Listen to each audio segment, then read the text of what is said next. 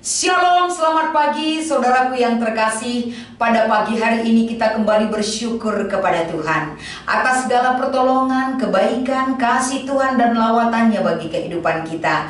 Tuhan masih mengizinkan napas kehidupan ada di dalam jiwa dan raga kita, sehingga pada pagi hari ini sebelum kita beraktivitas, senantiasa kita meluangkan waktu kita, memberikan waktu yang berkualitas agar senantiasa di dalam persekutuan kita bersama Tuhan, kita kuat di dalam menjalani segala kehidupan yang akan kita lalui dalam kasih dan pertolongan Tuhan menyertai. Sebelumnya kita bersatu di dalam doa. Terima kasih buat pagi hari ini Tuhan. Kebaikan pertolongan yang Kau berikan bagi hidup kami, bagi keluarga kami, bagi jemaat-Mu Tuhan. Begitu besar pertolongan yang kami rasakan di dalam hidup kami. Nyatakan kuasa-Mu itu sebagai penolong dan penguat bagi kami, agar di dalam melaksanakan aktivitas kami hari ini, Tuhan tetap menolong dan menyertai kami. Kami akan merenungkan firman-Mu. Di dalam nama Yesus kami berdoa. Amin. Saudaraku, pada pagi hari ini firman Tuhan yang akan kita baca dan renungkan dari kitab Markus pasal 10 ayat 14. Kami akan membacakan firman ini kepada kita sekalian.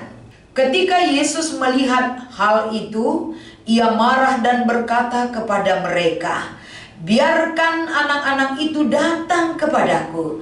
Jangan menghalang-halangi mereka, sebab orang-orang yang seperti itulah yang empunya kerajaan Allah." Demikian pembacaan firman Tuhan pada pagi hari ini. Shalom dan selamat pagi saudaraku yang terkasih. Pada pagi hari ini dari Klasis Jakarta, Kalimantan, channel YouTube ini akan menggaungkan kembali kepada saudara-saudaraku dimanapun berada pada pagi hari ini, sehingga lawatan firman Tuhan boleh menyentuh hati sanubari kita dan memampukan hidup kita bersyukur senantiasa dalam menjalani segala aktivitas kita. Salam semangat, salam damai yang berasal dari Tuhan, agar senantiasa menguatkan setiap langkah kaki kita untuk melakukan aktivitas kita, terlebih pada hari ini. Saudara-saudara yang terkasih, kalau kita melihat bagaimana Yesus memberkati anak-anak, kenapa mesti anak-anak yang dibuat sebagai media yang memberikan pengajaran kepada setiap orang, termasuk kepada orang dewasa? Apakah anak-anak itu dianggap orang dewasa adalah anak-anak yang terbatas kemampuan dan cara berpikir mereka? Ataukah menganggap bahwa anak-anak itu terlalu disepelekan kehadirannya untuk dapat mengutamakan keinginan orang dewasa? Tentunya saudara-saudara yang terkasih, kembali kita membaca di dalam kitab Matius 18 ayat 1 sampai dengan ayat 5. Di dalam pertanyaan para murid-murid Yesus kepada Yesus, yaitu mereka menanyakan, "Siapakah yang terbesar di dalam kerajaan sorga?"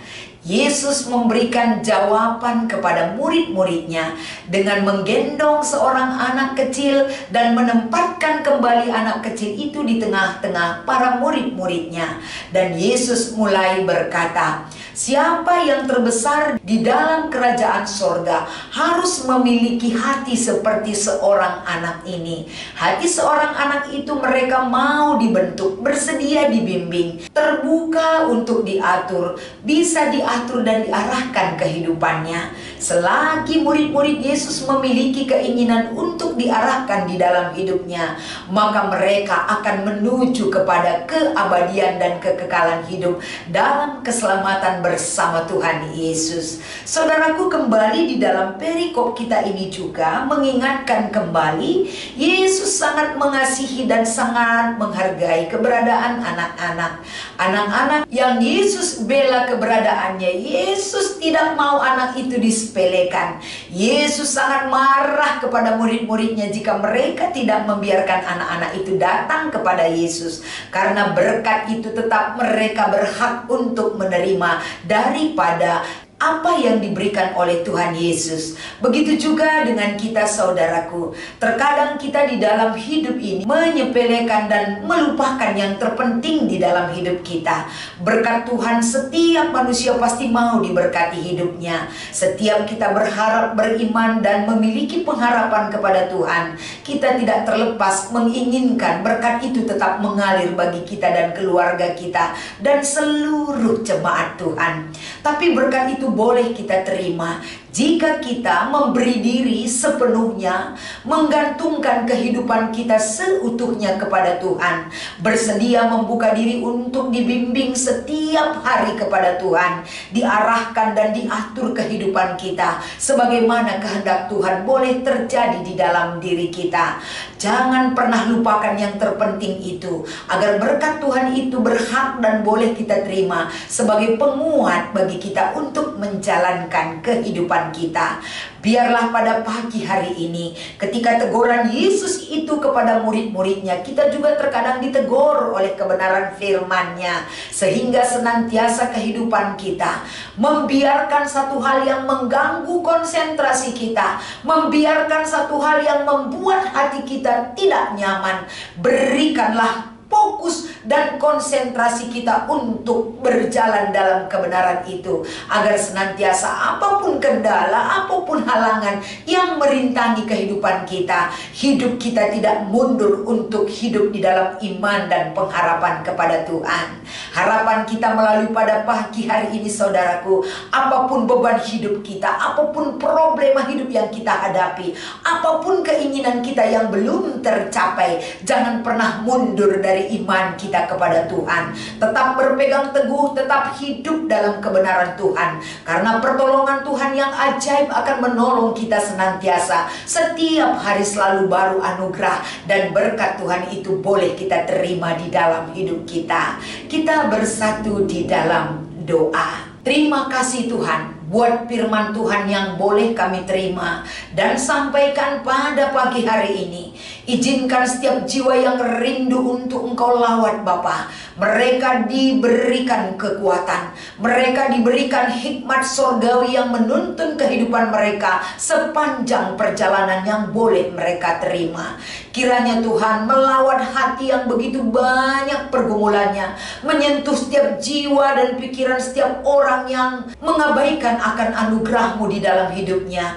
Biarlah senantiasa kabar baik dari firman Tuhan pada pagi hari ini mengingatkan kami tentang perbuatan-Mu yang begitu besar, menguatkan siapa saja, terlebih-lebih yang ikut bergabung di channel YouTube Klasis Jakarta Kalimantan. Dalam sapaan teduh ini, mereka tersentuh oleh Roh Allah yang bekerja di dalam diri mereka. Berikan mereka kelegaan dan kesembuhan di dalam nama-Mu.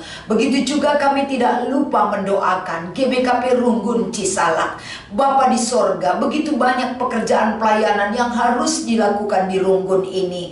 Engkau berkati, Engkau sertai, Engkau berikan hikmat dan kekuatan kepada Pendeta Sri Pinta dan keluarga di dalam menempatkan dirinya sebagai pendeta di Runggun ini. Begitu juga dengan Pertua Diaken Emeritus dan Pertua Diaken yang Engkau pakai Tuhan menjadi rekan sekerja untuk dapat melakukan tugas pelayanan yang baik bagi-Mu, agar senantiasa apa yang dibutuhkan oleh Runggun GBKP Cisalak mereka akan dapatkan dalam kesatu hati pikiran mereka untuk berseru dan berserah kepadamu saja. Berkati Tuhan semua program-program yang harus mereka kerjakan, dan seluruh jemaat dan hamba-hambamu yang ada di Runggun GBKP Cisalak ini. Terima kasih Bapak, inilah doa dan harapan yang boleh kami sampaikan di dalam nama Yesus Kristus yang sudah mengajar kita berdoa. Mari kita ucapkan bersama-sama. Bapa kami yang di sorga, dikuduskanlah nama-Mu, datanglah kerajaan-Mu, Jadilah kehendak-Mu di bumi seperti di sorga. Berikanlah kami pada hari ini makanan kami yang secukupnya. Dan ampunilah kami akan kesalahan kami, seperti kami juga mengampuni orang yang bersalah kepada kami. Dan janganlah membawa kami ke dalam pencobaan, tetapi lepaskanlah kami daripada yang jahat. Karena Engkaulah yang empunya kerajaan dan kuasa dan kemuliaan sampai selama-lamanya. Amin. Selamat pagi dan selamat beraktivitas. Tuhan Yesus memberkati saudara-saudaraku yang terkasih.